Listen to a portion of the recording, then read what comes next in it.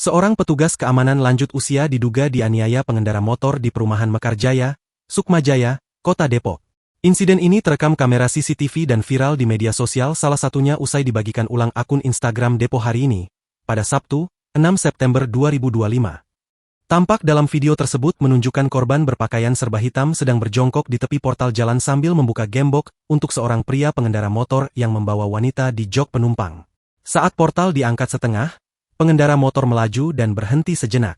Tidak lama kemudian, pria tersebut memukul korban hingga terjadi penganiayaan. Wanita yang menumpang motor beberapa kali mencoba menahan pelaku, namun gagal. Korban pun jatuh tersungkur ke aspal jalan akibat pukulan tersebut. Insiden ini diduga dipicu karena portal perumahan sudah ditutup sesuai aturan sejak pukul 22 waktu Indonesia Barat. Namun pelaku yang hendak keluar kawasan perumahan disebut tidak menerima aturan tersebut hingga emosinya memuncak.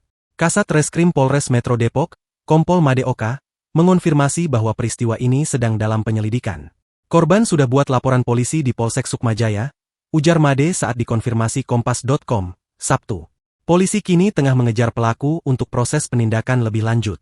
Kita lagi fokus mengungkap pelakunya. Mohon doanya, jelas Made.